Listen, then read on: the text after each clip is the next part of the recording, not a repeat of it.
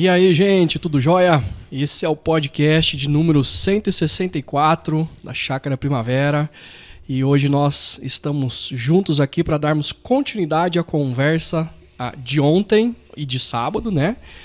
Da nossa comunidade. E junto comigo hoje eu tenho o Ricardo Augusto e o Thiago. E aí, vocês estão bem? Bom tá junto, viu, Hugo?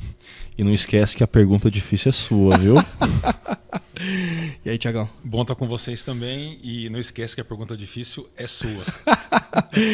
Ai. Ontem, na mensagem sábado e domingo, teve um momento da mensagem que eu disse que eu não responderia no momento da mensagem e o Ricardo Augusto falou que ele não responderia porque eu responderia aqui no podcast. Eu fui mais esperto que você.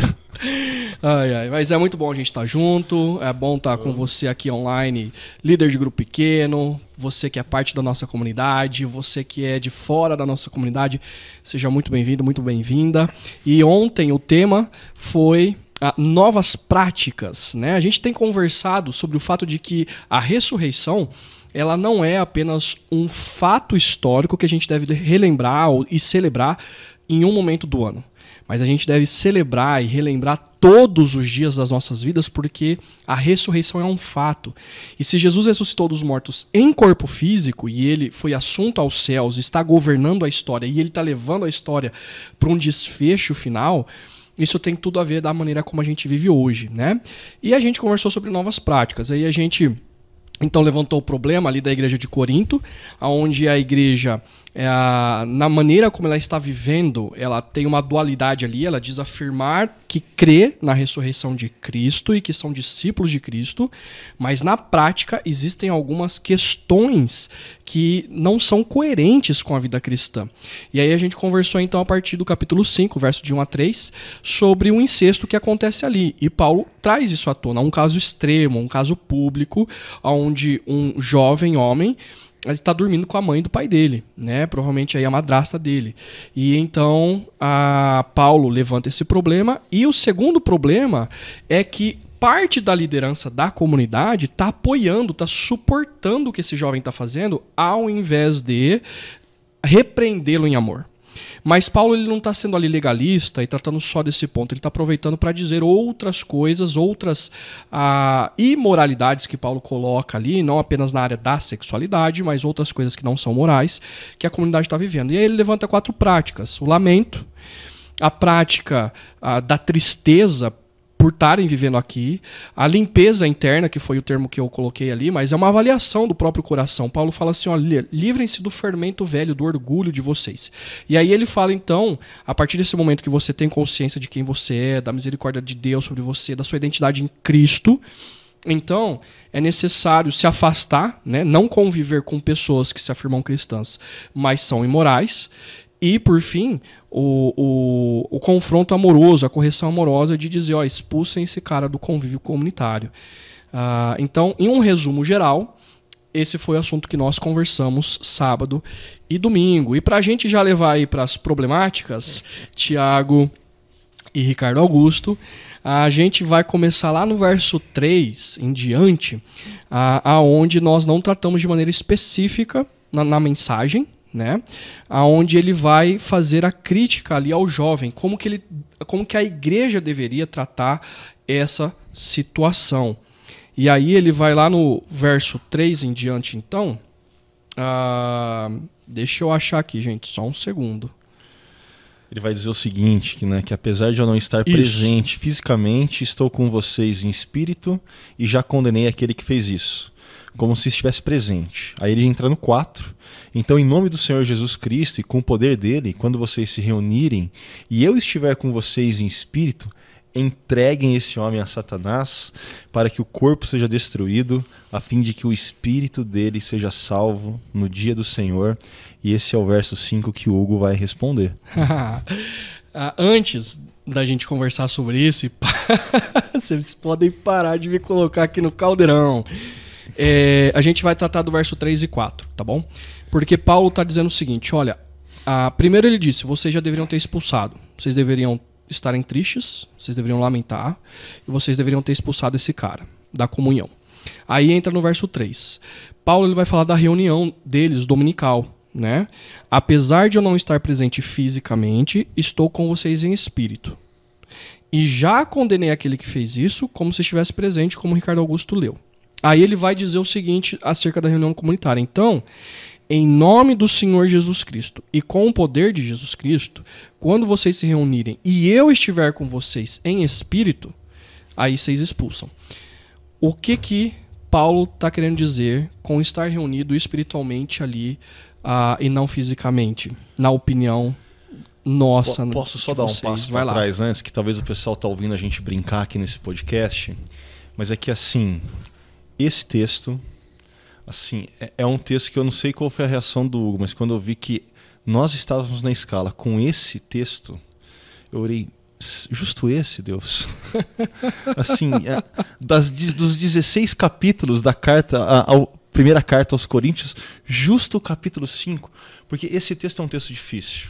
Uhum. E grande parte da dificuldade que a gente lida com esse texto tem a ver justamente com esse conjunto de versículos, né, do 3 ao 5. Exato. Sobretudo o versículo 5. Porque, querendo ou não, é um texto difícil, não só apenas no sentido da interpretação ali, mas no sentido da própria pregação. Né? É um peso sério que está acontecendo ali na comunidade. E talvez assim, se você parar para ler esse texto de forma séria, atenta, sem deixar o WhatsApp te atrapalhar na leitura, você vai ter essa mesma sensação. Nossa, esse texto é um texto difícil. Uhum. Como que eu compreendo e como que eu aplico? Uhum. E aqui eu não vou entrar no verso 5 ainda, mas eu gostei de muitos comentaristas que eu estava lendo, talvez aqui o Thiago possa somar bastante, que tem a ver com, no verso 3, Paulo está exercendo a sua autoridade apostólica naquela comunidade.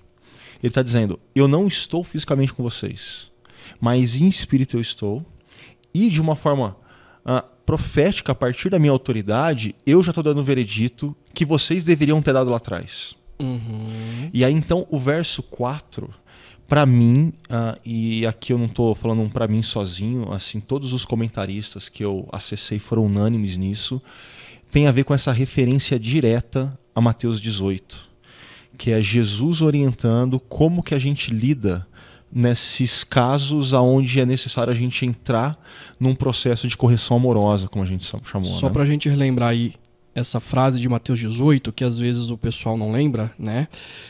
Quando Jesus ele está falando lá da disciplina, olha, seu irmão pecou contra você, vai e conversa com ele. Ele não se arrependeu, chama 2, 3 pessoas, conversa com ele. Leva para a liderança da igreja. E aí Jesus termina esse Mateus 18 dizendo o seguinte, olha, porque aonde 2 ou 3 estiverem reunidos, ali eu estou presente. É dentro desse contexto de disciplina, então, que Paulo ele está colocando aí que... E isso para mim é muito importante, porque para mim aqui o contexto da presença de Paulo, quando ele fala que ele estará presente espiritualmente com aquela comunidade, para mim não é necessariamente relacionada ao encontro dominical deles, mas tem a ver com o encontro comunitário aonde a disciplina, a correção amorosa deveria acontecer. Paulo está falando que é nesse momento que eles não podem se esquivar desse momento, e nesse momento ele vai estar ali com eles. Uhum. Né? E aí esse verso 4 é diretamente ligado a Mateus 18. E enquanto o verso 3, Paulo está usando da sua autoridade apostólica para, de forma profética até, já dar o veredito que aquela comunidade tinha que ter dado há tempos atrás. Muito bom. E aí, Thiago? Bom, esse realmente é um texto difícil de você interpretar e de pregar. Ele deve ser interpretado à luz de Mateus 18. Mateus 18 é o 4º discurso de Jesus em Mateus, e Mateus estrutura o seu evangelho em 5 discursos de Jesus. E é interessante que esse capítulo 18, ele começa logo depois, no finalzinho do capítulo 17, quando tem um evento muito curioso que cobram o imposto de Pedro e de Jesus, e aí Jesus manda Pedro ir pescar, e ele pesca e vem um peixe com moedas, né? E aí Jesus ele faz uma pergunta dizendo, Pedro, de quem que os reis da terra cobram impostos? Dos seus filhos ou dos seus súditos? E a resposta é clara, dos seus súditos. Aí Jesus diz, mas não será assim no reino de Deus. E aí vem esse discurso do capítulo 18, e esse discurso do capítulo 18 de Mateus é um discurso sobre a nova comunidade. a comunidade de Jesus. E tem duas partes. Uma parte fala da questão dos pequeninos, né, dos frágeis e tal. E a segunda parte fala sobre essa questão da disciplina. E tudo isso tem que ser visto junto, né? Porque ali está falando da importância da comunidade de Jesus se manter coerente ao próprio ensino de Jesus. Então, certamente esse texto Paulo está fazendo uma referência, ou ele fala à luz de Mateus capítulo 18, né? Então o que ele está falando é sobre autoridade e legitimidade espiritual da comunidade quando ela se reúne fundamentada no ensino dos apóstolos, que é Paulo. Então ele não está fisicamente, mas ele está espiritualmente, não no sentido místico, mas no sentido de que, como disse o Augusto, a orientação e o ensino apostólico, e nós somos uma igreja apostólica, porque porque nós estamos fundamentados no ensino dos apóstolos, né?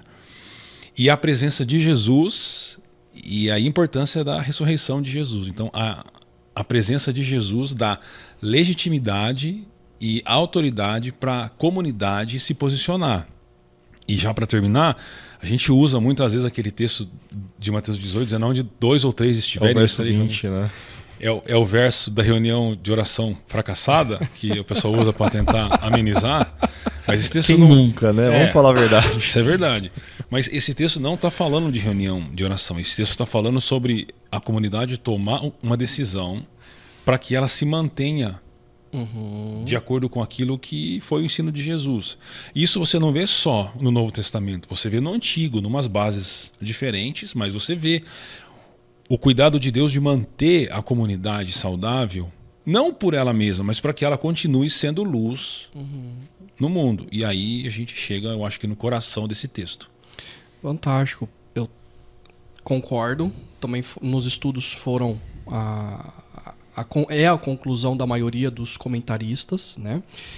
E também essa questão, se de fato Cristo ressuscitou, e Cristo orientou o apóstolo Paulo, e o Espírito por meio do apóstolo Paulo está orientando a igreja de Corinto, o verso 4 diz ali, então em nome do Senhor Jesus Cristo e com o poder dele, quando vocês se reunirem e eu estiver presente com vocês em espírito, eu acredito nisso, Tiago, nós somos o corpo de Cristo e nós temos essa autoridade não baseada no nosso próprio mérito, mas no poder do nome de Jesus em conduzirmos a comunidade na direção dos princípios e valores. É uma autoridade delegada. É uma autoridade delegada. Só existe porque Jesus ressurreto delegou. Exato. E ele está presente ali. É o poder dele. E é no nome dele. E não é algo que se faz à luz de um legalismo. Mas é à luz da seriedade. Porque assim, se Jesus não ressuscitou dos mortos, por que a gente vai confrontar esse cara? Agora, se de fato Jesus ressuscitou e ele está conduzindo a sua comunidade, o seu corpo, para nova criação, o seu corpo precisa viver de maneira coerente na história. Isso é muito sério. E talvez só para a galera ter ainda mais noção disso, quando a gente fala se de fato Jesus ressuscitou, a gente poderia construir uma série de sentenças assim encadeadas que tem a ver se Jesus é quem ele diz ser. Quer dizer que tudo aquilo que ele ensina, tudo aquilo que ele orienta, de fato é verdade e o restante é mentira. Opa, diante disso, o que a gente faz? Como que a gente lida com pessoas que insistem de forma orgulhosa, soberba, a falar que o que é errado é certo? Né? Exato. Muito bom. Mas ainda a gente não chegou no verso 5. Que é o que a gente vai entrar agora. E ali, Paulo, então, ele está afirmando da autoridade apostólica dele, da presença do próprio Cristo, do poder de Jesus, no nome de Jesus, da autoridade que a igreja tem sobre isso, né? E aí ele fala, então, o que eles devem fazer? Entreguem esse homem a Satanás, para que o corpo seja destruído, a fim de que o espírito dele seja salvo no dia do Senhor. E aí, como você quer me colocar no caldeirão, lendo alguns comentaristas sérios nessa área, pode rir, Thiago. Vocês querem me ver no caldeirão. Você já está no caldeirão. Já estou no caldeirão, né?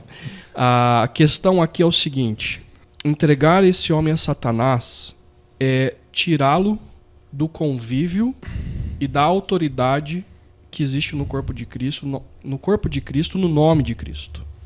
Ele não vai estar mais debaixo da bênção da comunidade, da aliança de Deus para com a comunidade, porque esse homem, a vida que ele leva, declara que Jesus não é o Senhor da vida dele.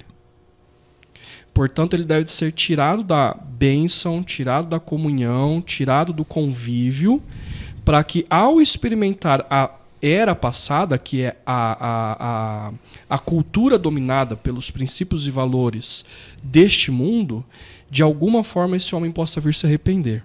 E caso ele morra, ainda assim, que o espírito dele seja salvo no dia do Senhor. Essa é uma segunda questão. Paulo ainda tem esperança que esse homem, ao experimentar toda a cultura, ele venha se arrepender, independente das consequências. Dando os meus centavos de contribuição aqui, eu fiquei brincando que o Hugo ia responder, mas acho que todos nós aqui vamos contribuir, claro, né? Uhum.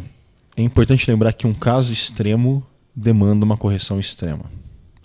Mas percebam que até diante de um caso extremo, a correção, ela visa a restauração. Ela visa que o camarada seja salvo no dia do Senhor. Ela visa que esse cara expresse de arrependimento em algum momento da sua história. Então, assim, esse é o objetivo final de um versículo muito duro e muito difícil de lidar. E a gente não pode perder isso de vista. Agora, existem partes que a gente precisa tentar compreender. E eu acho que tem duas coisas que talvez assim dificultem. A primeira tem a ver com entreguem esse homem a Satanás. E a segunda, assim, como assim para que o corpo seja destruído, né? Como assim Paulo está sugerindo que esse cara passe por um tipo de sentença de morte? Seja torturado. Assim, que o corpo seja destruído. E não é isso. Mas o que Paulo está sugerindo essas duas áreas, esses dois trechos precisam ser lidos de forma conjugada. E o que você vai estar percebendo é isso. Agora que ele não faz mais parte da comunidade de discípulos, que ele foi retirado disso, ele não está mais debaixo dessa bênção, cuidado, como você bem trouxe, do próprio Deus, mediante Jesus. E mediante a comunidade. Né? Então, se ele não está debaixo disso, ele está debaixo do quê? Ele está debaixo de outros poderes, de outras coisas. E isso, inevitavelmente, vai trazer algum tipo de sofrimento, vai trazer algum tipo de dano, não ao corpo, não à saúde física necessariamente, mas a vida daquele cara de uma forma que a gente não tem como descrever.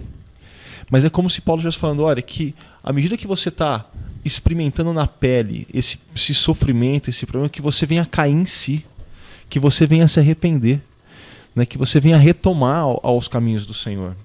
Então, e essa é uma das formas. Eu sei que existem outras da gente lidar com esse verso. Mas e você, Thiago? Ajuda aí. Biblista tem que assumir também, né?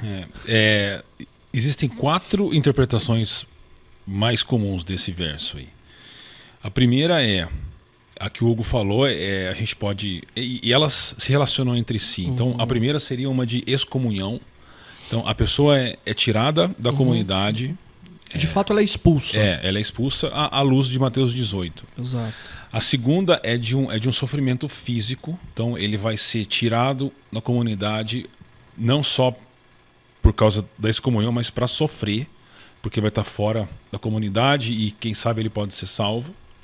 A terceira tem a ver com um sofrimento por causa do pecado. Então ele está pecando aqui dentro, ele vai para fora e ele vai pecar fora. Essa é a do FI, por exemplo, no seu famoso comentário de 1 Coríntios, né? Que é o que eu usei bastante. E uma quarta que ganhou força recentemente é que entende que Paulo não está se referindo à pessoa, mas está se referindo à comunidade como um todo. Então, quando ele fala para colocar para fora, ele está dizendo, coloque essa pessoa para fora, mas no sentido de tirar o pecado do meio da comunidade, extirpar o erro da comunidade para que a igreja viva espiritualmente. Essa é uma quarta e ela é a mais distante das outras, né?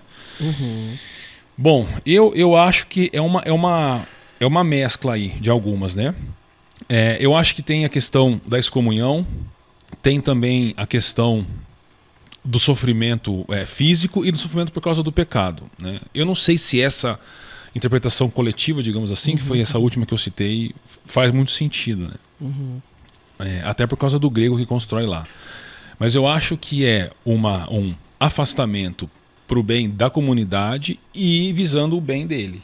Porque quando fala que no dia do Senhor, o dia do Senhor é uma figura forte do Antigo Testamento, que vem para o Novo Testamento e que aponta para o último dia, né?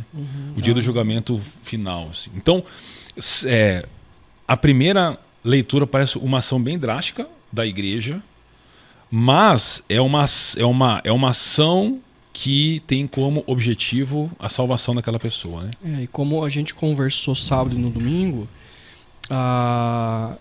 é um pecado, é um equívoco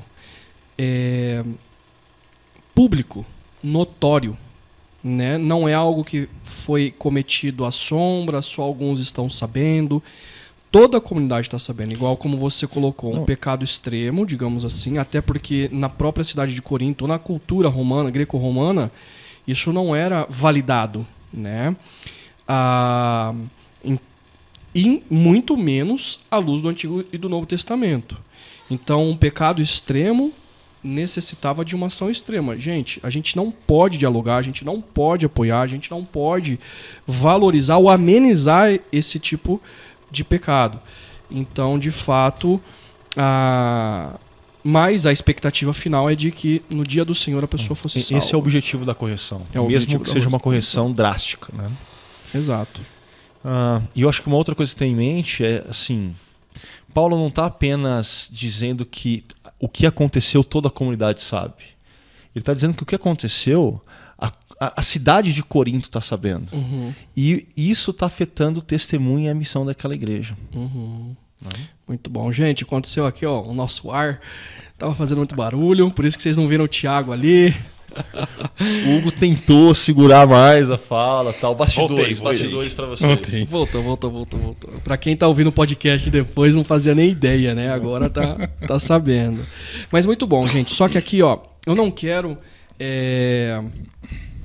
Até porque a proposta de Paulo, no âmbito maior, ele tá usando desse momento para tratar desse problema.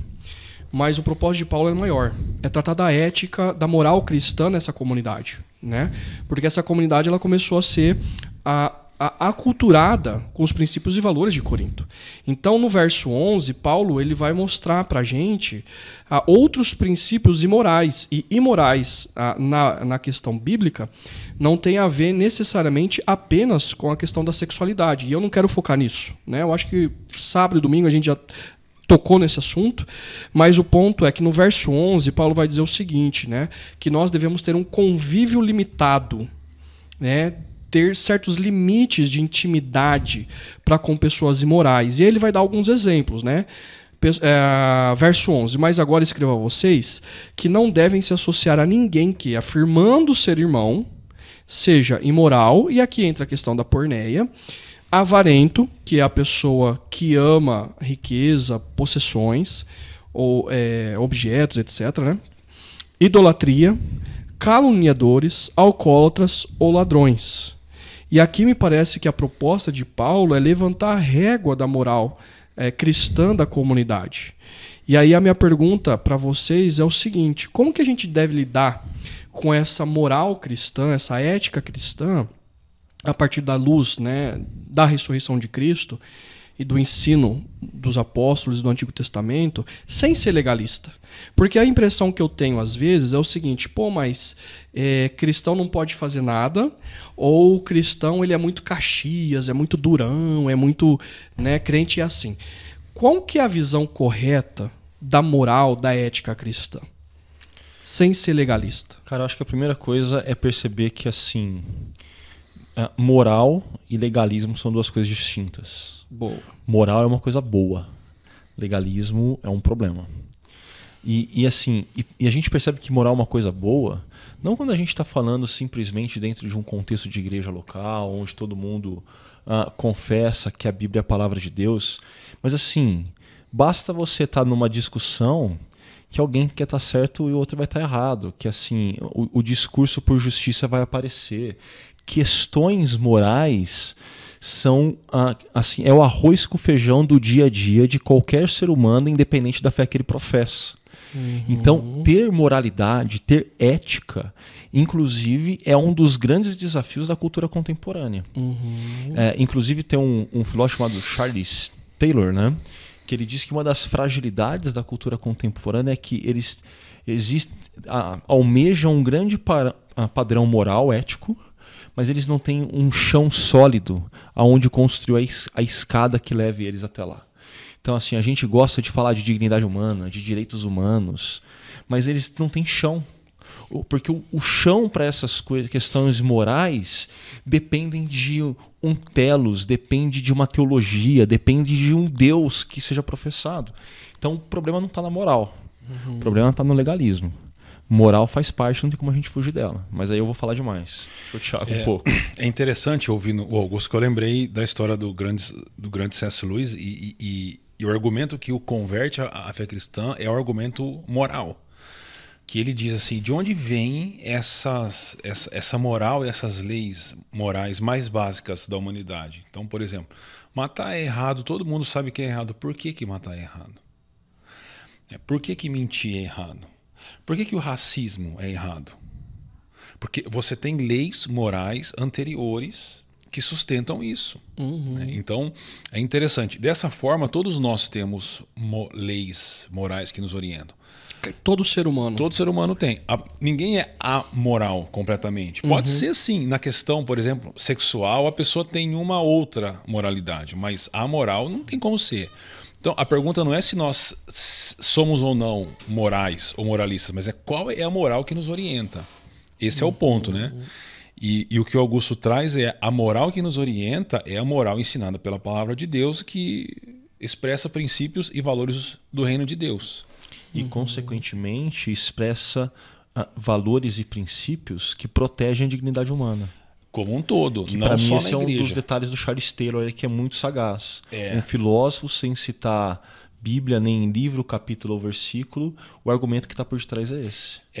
E ele aponta dizendo, se a humanidade for nesse caminho que a humanidade propõe, mas não vai. Mas se ela for, é uma autodestruição. Virar anarquia, né? Para e pensa, a gente está falando, vamos sair da questão da sexualidade, vamos pegar aqui o caluniador. Alguém que compreenda que difamar, caluniar o outro seja correto, faz parte de uma boa moral. Tá, mas na hora que ele vai ser o alvo das calúnias e da difamação, ele vai manter essa moral que ele disse, não, isso é correto? Assim, dificilmente. Porque moralidades que são construídas à parte de Deus, e aí tem a ver com o dualismo que a gente trabalhou, inevitavelmente, elas vão se mostrar incoerentes em algum momento. Elas não dão conta da vida. Não dão mesmo. E por que eu acredito que essa discussão ela é muito importante, inclusive no momento histórico que a gente está vivendo. Porque se Jesus ressuscitou dos mortos, a nossa lealdade primária, a nossa fidelidade primária é do Senhor de toda a história, que é Cristo. E Cristo estabeleceu seus princípios e valores e a sua ética e a sua moral sobre toda a criação. E o corpo dele é a igreja. Quem deve expressar essa moral na história, em meio a todas as nações, em meio a todas as culturas, em meio à cidade de Corinto, é a igreja. Agora, a gente vive uma crise ética moral, eu acho que não só pessoal, mas inclusive cultural no Brasil, de que, por exemplo, o jeitinho brasileiro. E esse jeitinho brasileiro é a da calúnia, é a da mentira, é da ladroagem, você levar vantagem em cima do outro, né? Em negócios, em reuniões, a gente levar vantagem quando a ideia é do outro e eu digo que a ideia é minha. Eu faltei com a verdade. E aí, a questão da fidelidade primária, e aí volta no que Paulo vai falar, porque vocês são pão sem fermento, o pão da sinceridade, da motivação correta diante da pureza de Deus e da verdade de que Cristo ressuscitou dos mortos, de que existe um Deus soberano sobre a história e sobre a sua vida. E isso te faz a ser íntegro à luz do reino de Deus, porque Cristo está governando. Porque o fermento no ensino de Jesus, quando você lê os evangelhos... É sempre negativo, né? E ele é um símbolo da hipocrisia dos religiosos de Israel. Esse é o ponto. Então, quando Paulo está dizendo, vocês são sem fermento, ou significa, vocês não devem ser hipócritas. O que é um hipócrita? Está ligado ao teatro, né? Ao teatro. É alguém que exatamente. É um personagem. É uma coisa, mas passa por outra. Paulo está dizendo, nós não somos isso, né? Mas pegando assim, não tanto essa questão da sinceridade que Paulo está propondo aqui, mas eu disse que o que estava acontecendo naquela comunidade afetava a missão. E talvez seja importante a gente ter em mente que parte da nossa missão envolve viver um tipo de vida aqui e agora que anuncia o que Deus vai fazer na eternidade. A gente está antecipando a eternidade no meio da história. A gente precisa viver os valores e os princípios do reino de Deus de uma forma que as pessoas de fora tenham um gostinho do que vai acontecer na eternidade. Exato. E aí, quando a gente começa a experimentar desse tipo de problema, desses casos extremos, que não tem apenas a ver com como lida com a sexualidade, mas tem a ver com como a gente lida com qualquer questão moral, que se distancia, se é contrário ao que Deus diz na sua palavra, cara, a missão sofre. Sofre, e por isso a radicalidade. Porque já pararam para pensar na relação que existe entre esse caso de 1 Coríntios e a história de Acã? Lembra da história de Acã? Que roubou lá os objetos? Não, só capa, um monte de coisa. E aí... Conta pro pessoal a história de Acã, que às vezes tem alguém que tá ouvindo a história de Acã se passa... Momento Tia Rosa, vai lá, escola dominical. A história de Acã se passa no livro de Josué, e o povo conquista uma terra, um povo, e a ordem era, não pegue nada deles. E ele vai lá e vê ouro, coisas preciosas, e pega e esconde. E Deus vai orientando Josué até cair. E Deus não abençoa o povo. É verdade. O povo perde. Todo sofre por conta da ação de uma pessoa. É importante essa lembrança sua. O povo sofre uma derrota, né? E aí, por que o povo sofreu? Deus diz, porque tem coisa escondida aí. E aí tem um processo todo e Deus mostra que é Acã, e tem uma ação muito dramática quando a gente olha. Que fala, meu Deus, por que isso? Radicalidade, né? Mas a dinâmica é a mesma dessa, é que a gente teve uma mudança muito importante entre esse evento e aquele, que foi simplesmente a manifestação do Cristo. Ele veio, morreu, ressuscitou, subiu ao céu. Então, isso mudou tudo. Né? Isso é um tema para um podcast depois. Toda vez que eu leio a história de Acã, vem a expressão que você usou.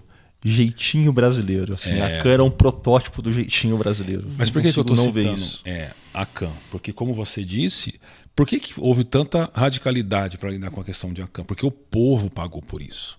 E não só o povo de Israel, mas os povos em volta que perderiam o testemunho de Israel. Exato. Então, Paulo lida com essa maneira, preocupado com a igreja e com os que estão fora da igreja, que precisam que a igreja seja saudável em todas as áreas para cumprir sua missão. E nesse sentido da missão, né, saindo aqui de Corinto, mas tem um documento histórico, agora fugiu o nome, mas um historiador romano, a pedido do imperador, vai fazer uma análise do movimento cristão. E ele começa a descrever os cristãos como uma outra nacionalidade, além das que eles conheciam na época. E ele vai começar a dizer, olha, é um povo simples. Eles não adulteram no casamento. Eu sei que você está falando. Eles ensinam as crianças o que é certo e o que é errado. Eles cuidam dos mais pobres, das viúvas, dos idosos. Você não está falando da carta de Nhonheto? Isso, obrigado. Essa mesmo. É interessante, porque esse é um documento que a pessoa, na verdade, ela está defendendo os cristãos para um suposto imperador, talvez é Adriano, o imperador. E é sensacional, dá para achar na internet e ler. E ele fala, eles dividem a mesa, mas não dividem a cama. Isso. Por exemplo. Eles vestem as mesmas roupas, comem as mesmas coisas, vivem nas mesmas casas, mas não são desse mundo. É sensacional, é lindo, lindo, lindo. Uau, essa carta. Não conhecia essa carta, não. Cara, é assim, um exemplo de quando a igreja vive o que precisa viver em missão, assim, como alguém de fora olha. E aí é que tá o ponto que eu acho que muda a questão do legalismo. Porque quem cresceu na igreja, por que você não pode mentir? Porque Deus vai amaldiçoar. Por que você não pode? Porque Deus vai castigar. Você vai pro inferno, que é um jeito que a galera às vezes lê o versículo 5. Isso. Aqui.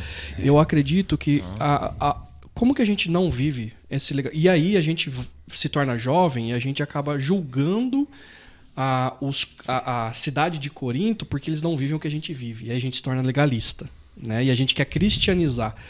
Eu acredito que assim, quando a gente entende que Jesus ressuscitou dos mortos, o reino já foi inaugurado e que ele nos resgatou das trevas para sua maravilhosa luz, na eternidade não vai ter, por exemplo, avareza, a gente não vai roubar, a gente não vai ser alcoólatra.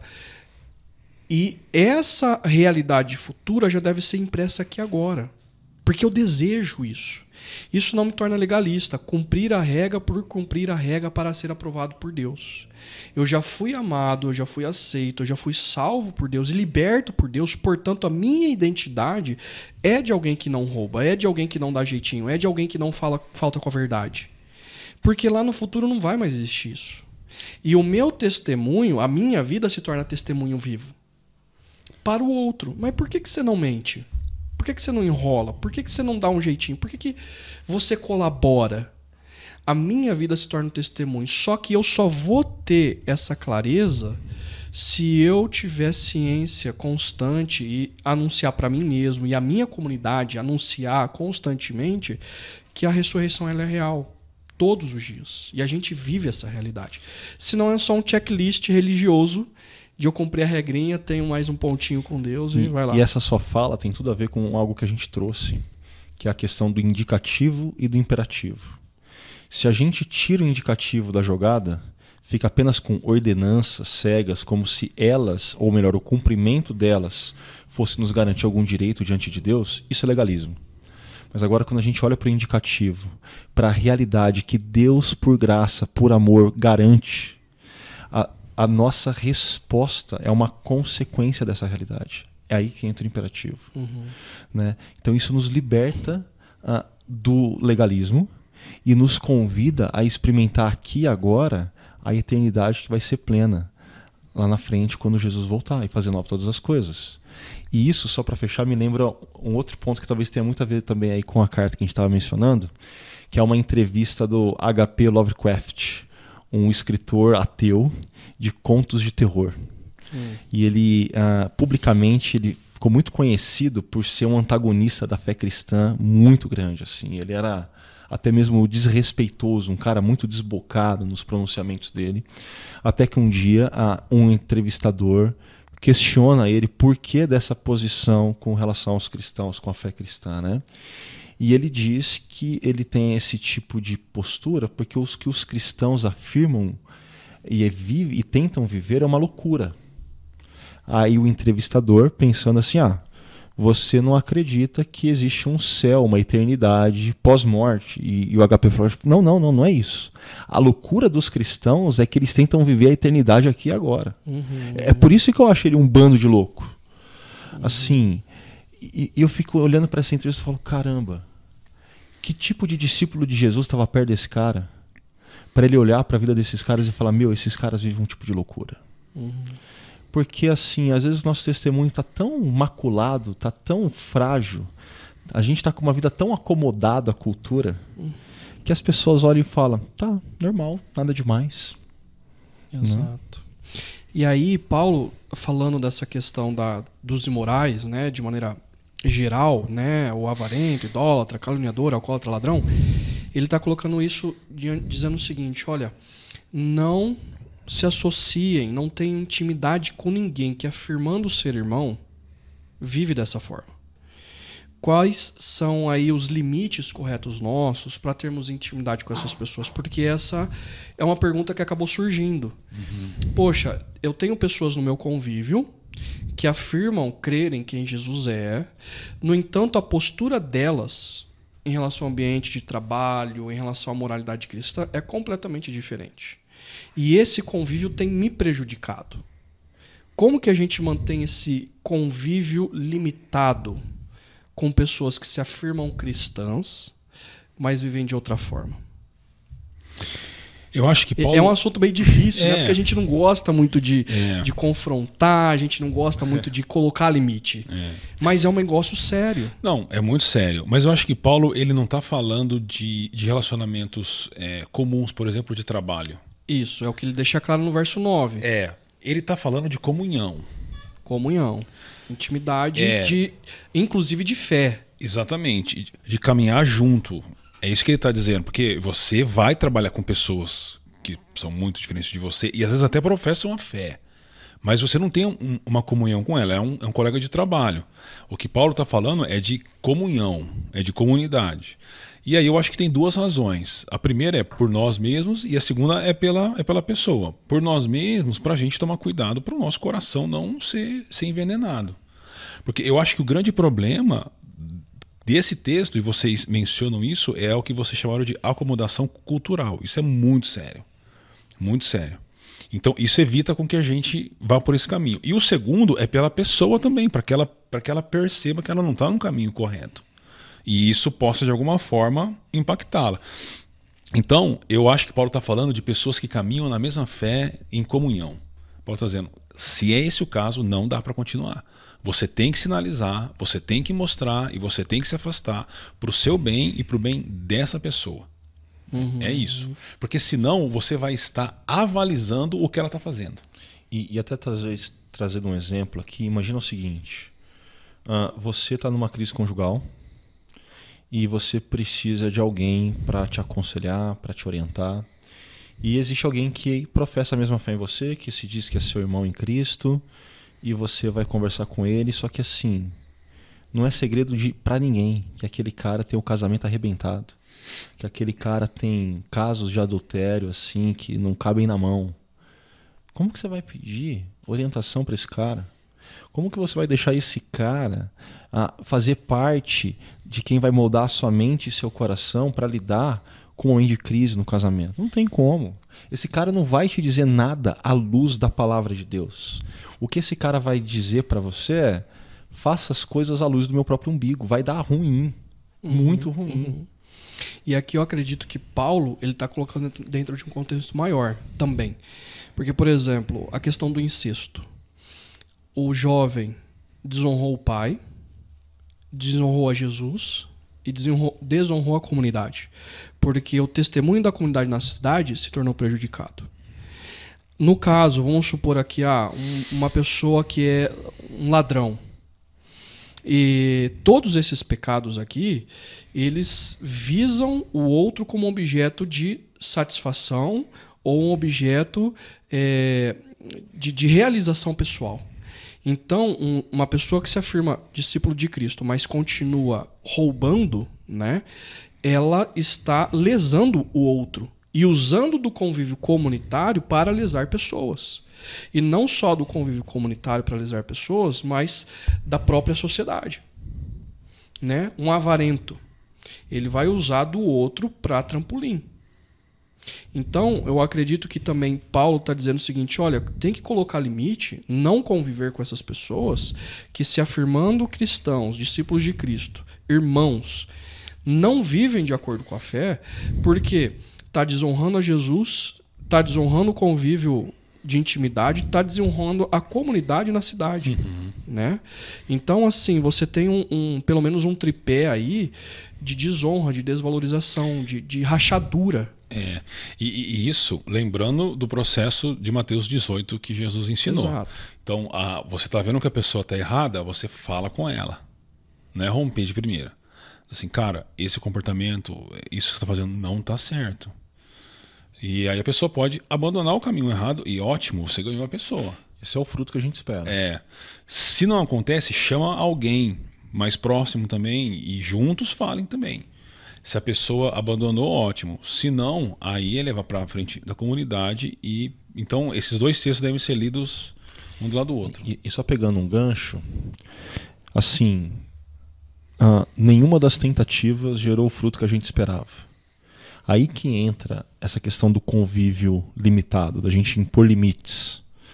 Mas percebam que quando você pega Mateus 18, você impor limites, ter esse convívio limitado, lidar com prudência para com o outro, não é uma desculpa para deixar de amar. Né? Eu estava conversando no pós-encontro ontem, né, comendo uma pizza com o pessoal, e uma das pessoas comentou: nossa, eu sempre li o final de Mateus 18 falando que tem que tratar como publicano e fariseu, gentil e publicano, como não se relaciona mais, assim, esquece. Se a pessoa bater na sua porta, não atende. E aí, de repente, você falou algo simples, que era: quem que disse isso? Jesus. Como Jesus lidava com o gentil? Exato. Assim, mas a questão é que Jesus amava, mas em momento nenhum ele flexibilizava princípios e valores. Aquela pessoa continua sendo alvo do amor de Deus, mas aquela pessoa não tem mais condição de estar tão intensamente na comunhão com você. Assim, e nem deve. Né? Existe a necessidade de um convívio limitado. Até porque a pessoa, muito provavelmente, ela não entendeu o evangelho. E se ela não entendeu, ou ela entendeu o evangelho, mas ela não rendeu completamente a vida dela a Jesus. Eu diria que quando chega esse tipo de caso, é que assim, é que ela não rendeu completamente. Tem algum problema muito grande aí no coração da pessoa. Mas continuando falando da questão de disciplina, né? E isso arrepia as pessoas. Especialmente para quem já veio de uma igreja tradicional anteriormente. Porque a disciplina, se talvez vocês tiverem na memória aí, da igreja que vocês vieram, é humilhante, né? Expõe a pessoa, expõe o pecado da pessoa, e muitas vezes o efeito da disciplina pública, ela acaba tendo um efeito contrário. Ela afasta a pessoa, ela não traz a pessoa de volta, né? E às vezes a pessoa, ela simplesmente, entre aspas, pecou, teve um deslize que se tornou público, e o que ela precisa agora é ser cuidada, porque ela vai ter todas as consequências. Então, a minha pergunta aqui para a gente bater um papo é: como que a gente lida com a questão da disciplina de maneira que não gere humilhação ou exposição desnecessária, porque às vezes, de fato, já é exposto, já é público, né? Mas para ganhar a pessoa. Como que a gente hoje... Porque a gente também vai para outro extremo. A igreja evangélica... Estou generalizando assim, tá? É claro que existem igrejas sérias dentro do contexto brasileiro, mas a gente percebe que assim, não existe mais disciplina. Cada um faz o que quer, do jeito que quer, né? Vamos lidar com a comunidade como se fosse um monte de consumidor, não discípulos. E consumidor, o cliente sempre está certo. Sempre tem razão. Sempre tem razão. Então, como que a gente, já que a chácara está fazendo discípulos de Cristo, como que nós levamos a sério, mas sem humilhar, sem expor, levando para a pessoa aos pés de Jesus, né? Ganhar o irmão. Posso parecer redundante, tá? Mas para mim o segredo está em Mateus 18. A orientação de Jesus é clara. Aconteceu algo, você vai atrás do seu irmão para ganhar o seu irmão. Um grupo pequeno, vamos dar um exemplo prático, que eu sei que durante a semana, líderes de grupo pequeno, pessoal do grupo pequeno ouve a gente. Como que você acredita? Porque a gente já falou que não é para ser legalista, certo? Mas como a gente faz isso em amor? Eu imagino que existem casos que nem chegam a nós aqui, pastoral. Fantástico, concordo. Porque assim, o líder, pelo menos um bom líder, percebendo, se move na direção da pessoa, corrige em amor, e aquela pessoa percebe que de fato ela estava errando, ela lamenta, ela se arrepende. Assim, não chegou nem na gente. A gente não ficou sabendo. Agora, às vezes, assim, o líder falou, olha, já conversei, 1, 2, chegou no momento do segundo step, lá, Mateus 18. E lá vai um pastor falar, meu irmão, o que você está fazendo com a sua vida? Por que você está indo por esse caminho? Por que você está quebrando a aliança do casamento? Assim, não é isso que a palavra de Deus orienta. E a gente vai, e com muito amor, sem abrir mão da verdade... Mas às vezes acontece daquela pessoa dar de ombros e falar, não, eu tô certo. O clássico, eu tenho o direito de ser feliz, né? A vida é minha, eu faço o que eu quiser. Assim, geralmente, na minha experiência, o que acontece é que o terceiro step até é difícil acontecer. Porque aquela pessoa, ela acaba rompendo antes. Assim, a não ser quando é um caso que envolva talvez algum líder, alguma liderança pública, acaba tendo que ser levado a esse terceiro step de Mateus 18, da comunidade ganhar a ciência. Né? Mas a tendência é a pessoa que está cheia de si mesmo, optando por casos extremos de abrir mão do que Deus diz na sua palavra em prol do que ela mesma diz, geralmente, via de regra, ela rompe antes. Não sei se faz sentido. Não faz, e eu não tenho muito a acrescentar, porque eu ia responder bem parecido com o Augusto. Eu só tive já experiência como pastor de lidar com disciplina de pessoas na igreja, e é muito difícil. Mas eu acho que nós somos um pouco incoerentes, até falando da igreja presbiteriana do Brasil, porque a gente, eu tive casos de pessoas que erraram. Código de disciplina, né? Eu acho que tem coisas boas e tem outras que não são, mas, por exemplo, eu já tive casos de pessoas que erraram e foram confrontadas e reconheceram o erro e abandonaram o erro. Mas mesmo assim o conselho o afasta da ceia por 6 meses. Não é assim que funciona? Em igrejas presbiterianas mais tradicionais. Se a pessoa reconheceu o pecado e abandonou, acabou. Acabou. Não tem mais. Não tem que afastar da ceia. Né? Pelo contrário.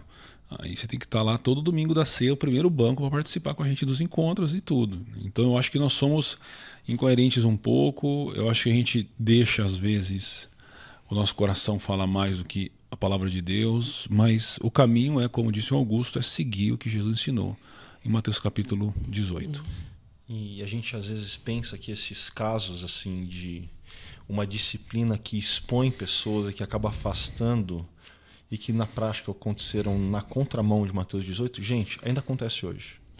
Eu acho que há 3 semanas eu acabo conversando com uma pessoa que é da nossa comunidade, mas hoje está em outra cidade, e ela contando da dificuldade de encontrar uma igreja para ela estar presencialmente. Aí ela encontrou uma, bem tradicional. E ela contando de um caso que assim deixou ela de cabelo em pé. Uma jovem opta por ter um namoro com alguém não cristão e acaba engravidando. E o pastor, para dar uma disciplina, mas já que a jovem ela rompeu com a comunidade, o pastor faz com que a mãe da jovem vá na frente da comunidade, conte a história em detalhes e que ela peça perdão para a comunidade. Sim, aquela mãe já está sofrendo. Aquela mãe é a pessoa que mais estava pedindo pela filha em oração para que a filha não tomasse decisões erradas que a levassem para o caminho de Deus, para longe do caminho de Deus. Mas a forma que aquela igreja, aquele pastor lidou com disciplina, assim, terminou de afastar aquela menina, aquela jovem, e ainda por cima colocou em risco a própria vida daquela mãe, porque lidou mal com essa questão. É porque quando a gente fala de disciplina, a comunidade precisa estar muito sensível ao ato disciplinar de Deus com as pessoas, porque Deus disciplina. Isso é importante. Hebreus fala, Deus disciplina e quando ele fizer isso, fique feliz, porque Deus disciplina seus filhos. Quem ama. Aqueles que ele não disciplina não são seus filhos, porque é interessante, né? A consequência da ira de Deus não é a disciplina, mas é o quê? É o abandono. Diz assim, não é o açoite, a humilhação, né? Não é. Você quer ficar longe. E é assim, é o que Paulo fala em Romanos 1. Exato. Deus os entregou, ou seja, é assim, você quer viver desse jeito? Você não quer a mim, você quer a ele, o que você quer? Ok. Vai. Faz o que você quiser. Essa é a disciplina. E vai descobrir que o fundo do aí poço é grande. É a ira de Deus. É a ira de Deus dizendo assim, você quer esse caminho? Vai. Aí é a ira de Deus, aí o bicho é feio. Agora, quando Deus disciplina, por mais doloroso que é, e nós somos... a gente acompanha quem tem filho, nós temos filhos, né? Cara, eu não gosto de disciplinar meus filhos. Eu não tenho prazer nisso. Mas eu faço porque eu os amo. Exato. Eu vim de uma igreja que, assim, o pessoal tinha a expressão, não, porque Deus vai pesar a mão. Pesar a mão. E eu falava, que bom. Porque, assim, Deus pesar na mão tem a ver com esse... Era uma expressão de disciplina naquele contexto. E aí eu comecei a dizer para eles, o que eu tenho medo é quando Deus tira a mão. Eu conheço uma esse igreja... abandono, né? Eu conheço uma igreja que quando a pessoa adultera, é uma denominação, né? Não é uma igreja local. As pessoas falam, não, agora a pessoa é excluída, fica no canto lá, não pode mais fazer nada. Diz assim, agora ela está nas mãos de Deus. Eu falei, é o melhor lugar para estar. É isso. Nas mãos de Deus. Eu fico preocupado quando ela está na igreja e não está nas mãos de Deus, né? Uma incoerência séria. Porque aí ela vai ser disciplinada, porque é errado, o adultério é errado, lógico que é, mas tem um caminho de restauração, né? Exato. E isso é importante. Toda disciplina é uma proposta de caminho de restauração. Sim, toda disciplina é uma proposta de caminho de restauração. A disciplina não é um fim em si mesmo, não é uma espécie de justiça própria de uma comunidade local, não. É um caminho que Deus propõe para a restauração. Verdade. E aqui, colaborando um pouco, eu acredito que assim, como não ter humilhação ou exposição desnecessária no caso? É claro que assim, a parte da liderança teve um equívoco drástico, alguma coisa assim, vai se tornar notório, é parte da liderança, né? Agora, eu acho que o movimento que Paulo fala para a igreja, gente, olha para o contexto de vocês, lamentem. Vocês não estão caminhando na direção da qual Deus está propondo. E quando ele fala, olha, limpem o fermento de vocês, o orgulho de vocês, isso nos faz olhar para nós mesmos. E quando a gente percebe que nós temos as nossas falhas, isso gera humildade para conversar com o outro, sempre. Então, antes de conversar com o outro, eu preciso lembrar que eu não sou superior ao outro. Eu não sou melhor que o outro. Na verdade, eu sou tão necessitado da graça de Deus quanto o outro. E aí, assim, se eu tenho o desejo de expor o outro, eu gostaria de ser exposto? É necessário ser exposto? É necessário humilhar? Eu gostaria de ser humilhado? Não. E eu acredito que quanto mais aqui a direção de Paulo, a carta de Paulo era lida publicamente. Eu acredito que quanto mais pessoas viverem a seriedade da ética moral cristã, quanto discípulos, nós vamos ter essas conversas igual a gente está tendo aqui. Como amigos, como irmãos em Cristo. Não vai ser uma reunião assim, vou chamar um café para se tornar um negócio sério e... Não, meu amigo, vamos tomar um café aqui pra gente conversar. Eu tô preocupado com a sua vida, eu te amo, não caminho nessa direção. E toda a comunidade, ela cresce junto, não na direção do legalismo, mas na direção da maturidade em Cristo, cuidando um do outro. E esse é o ponto. E entra uma outra questão que eu ia dizer, parar com essa inconsistência de 2 pesos, 2 medidas. Porque a gente tem costume de colocar peso na área sexual, um peso maior na área sexual e um peso menor em outras áreas morais. Quando Paulo, ele não divide aqui é um caso drástico. E eu diria que ainda tem outro risco de 2 pesos e 2 medidas. Aquela pessoa eu gosto mais, aquela pessoa eu gosto menos. Também, boa. Sim. E a gente nós somos o corpo de Cristo. Todas as áreas elas são importantes porque todas as áreas elas pertencem a Cristo. Desde o meu falar seja sim, é sim. E quando eu falar não, é não. Não mais ou menos. E por aí vai. Né? Eu acho que isso eleva também o relacionamento de maturidade da comunidade. Gente, esse é o nosso papo. Caminhando para os finalmente, vocês teriam alguma palavra de contribuição, algum fechamento para o pessoal que está ouvindo a gente? Alguma palavra de motivação?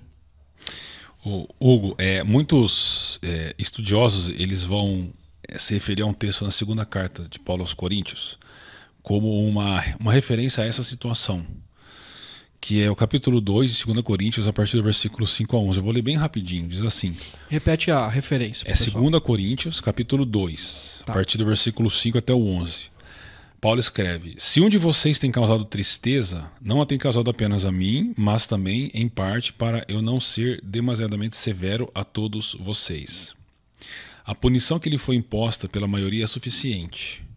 Agora, ao contrário, vocês devem perdoar-lhe e consolá-lo, para que ele não seja dominado por excessiva tristeza. Portanto, eu lhes recomendo que reafirmem um amor que têm por ele. Eu lhes escrevi com o propósito de saber se vocês seriam aprovados, esse texto de 1 Coríntios. Isto é, se seriam obedientes em tudo. Se vocês perdoam alguém, eu também perdoo. E aquilo que perdoei, se é que havia alguma coisa para perdoar, perdoei na presença de Cristo por amor a vocês. Olha a linguagem da presença. Né? Uhum. A fim de que Satanás, a linguagem também, não tivesse vantagem sobre nós, pois não ignoramos as suas intenções. Uhum. Então esse texto muito provavelmente é uma referência a esse caso e ele parece apontar para uma restauração da pessoa. Então, quando a igreja se posiciona de maneira mais radical e firme, radical é uma palavra que ganhou uma conotação errada, mas radical tem a ver com raiz, ou seja, quando você tem raízes em algo. Então é algo bom. É algo bom. Quando você tem uma radicalidade bíblica, digamos assim, ela pode ter fins bons, como parece que teve. Então a gente precisa ter a coragem de obedecer a Jesus no meio da nossa cultura e evitar a acomodação cultural, tanto da comunidade, mas a começar de nós mesmos. Né? Por quê? Por uma razão bem simples. É porque nós somos bons? Não, isso é legalismo. Mas porque o Cordeiro Pascal foi sacrificado. Ponto. Amém. acrescentaria 2 coisas. A primeira é uma que quem é da chácara está cansado de ouvir. A gente precisa aprender a falar a verdade em amor. E não esquecer que amor sem verdade também não é amor.